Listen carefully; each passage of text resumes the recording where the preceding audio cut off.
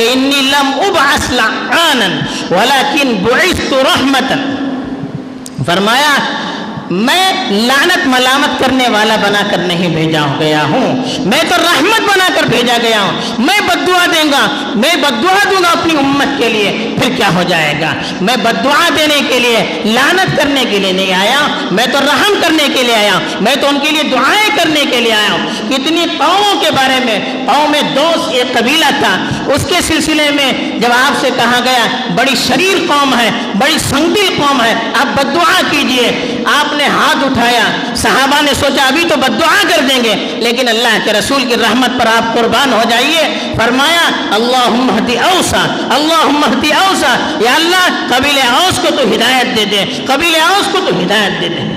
کتنی بڑی بات ہے، بد دعا کرنے کے لیے کہا جا رہا ہے، اور قبیلے دوست کے سلسلے میں کہا اے اللہ قبیلے دوست کو اب ہدایت دیجئے، قبیلے دوست کو اب ہدایت دیجئے۔ جس قوم کے سلسلے میں بد دعا کرنے کے لیے کہا جا رہا ہے، آپ ہاتھ اٹھا کر اس کے لیے دعائیں کر رہے ہیں، اور اپنی امت کو بھی اس کی ترغیب دیتے ہوئے فرمایا من لا یرحم لا یرحم، جو دوسروں پر رحم نہیں کرے گا اس پر بھی رحم نہیں کیا جاتا، بلکہ یہاں تک فرمایا الراحمون یرحمہم الرحمن ارحموا من فی الارض یرحمکم من فی السماء، کہا رحم کرنے والوں پر رحمان رحم کرتا ہے، تم زمین والوں پر رحم کرو، آسمان والا تم پر رحم کرے گا، کرو مہربانی تم اہل زمین پر، خدا مہرباں ہوگا۔ عرش بری پر اب اس کے نمونے کیا پیش کیے جائیں، پوری زندگی آپ کے اس کا عملی نمونہ ہے رحمت کا، آئندہ انشاءاللہ اس سلسلے میں کچھ گفتگو کرنے کی کوشش کی جائے گی۔ اللہ تعالیٰ ان رحمت کے جذبات کے کچھ نمونوں کو ہمارے اندر، پوری امت کے اندر اللہ تعالیٰ ڈال دے، جس کی وجہ سے ہم بھی اللہ کی طرف مائل ہو جائیں اور ہم بھی دوسروں کی ہدایت کا ذریعہ بن سکے۔ اللہ تعالیٰ مجھے بھی اس رحمت کے طفیل میں ہدایت نصیب فرمائے، آپ کو بھی نصیب فرمائے، آمین۔ وآخر دعوانا الحمد للہ رب العالمین۔